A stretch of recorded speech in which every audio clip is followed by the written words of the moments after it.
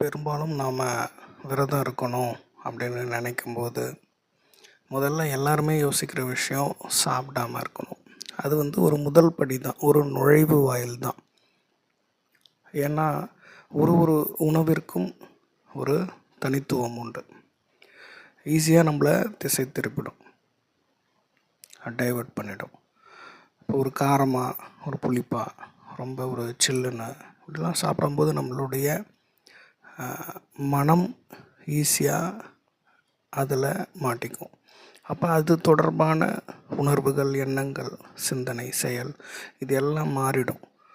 அப்போ என்ன நோக்கத்துக்காக, என்ன வேண்டுதலுக்காக, எந்த இறைவனுக்காக இருக்கிறோம் அப்படின்ற விஷயத்த மாறி வேறு பாதைக்கு கொண்டு போயிடும். அப்போது சாப்பிடாமல் இருக்கிறது அப்படின்றது ஒரு கேட் பாஸ் போல். அடுத்து உங்களுடைய மனம், எண்ணம், சிந்தனை, உணர்வு, செயல் இது எல்லாமே உங்களுடைய வேண்டுதலை நோக்கி இருக்கணும், அந்த இறைவனை நோக்கி இருக்கணும். எந்த ஒரு டைவர்ஷனும் இல்லாமல் இருக்கணும். இப்படி நாம் உணவு இல்லாமல் ஒரு தற்காலிகமாக நிறுத்தி வைக்கும்போது வெளியிலிருந்து எந்த ஒரு தூண்டுகோலும் நம்மளை டிஸ்டர்ப் பண்ணாமல் இருக்கும். நம்மளுடைய சக்தி உள்நோக்கி பாயும். அப்போது இது எல்லாமே ஒரே திசையில் இருக்கும், ஒரு புள்ளியில் இருக்கும். எதுனா மனம், எண்ணம், சிந்தனை, உணர்வு இதெல்லாம் ஒரு புள்ளியில் இருக்கும். அப்போது இது வேறு வேறு திசையில் ஒன்று ஒரு திசையில் இருக்கிறது தான் பிரச்சனை.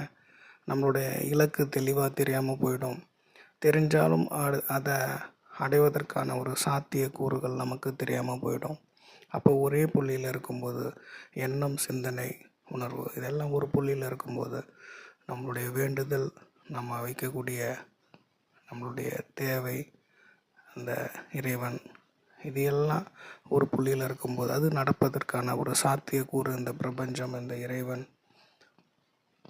இந்த இயற்கை இது எல்லாம் நீங்கள் கேட்டது, வேண்டினது உங்களுக்கு கிடைக்க பெறுவதற்கான ஒரு சந்தர்ப்ப சூழலை ஏற்படுத்தி கொடுக்க தயாராகும். சும்மா நானும் சாப்பிடாமல் இருக்கேன் அப்படின்னு சொல்லிட்டு தேவையில்லாத பேச்சு, ஃபோனு, டிவி இல்லை சில பேர் அமைதியாக உட்காந்துக்கிட்டு எண்ணங்களோட போராடிக்கிட்டு அது மாதிரிலாம் இல்லாமல் உங்களுடைய எண்ணங்களில் இறைவன், சிந்தனையில் இறைவன், உணர்வில் இறைவன் இருக்கும்போது உங்களுடைய செயல் ஆட்டோமேட்டிக்காக உங்களுடைய தேவையை நோக்கி தானாக நகரும். முயற்சி செஞ்சு பாருங்கள். நன்றி.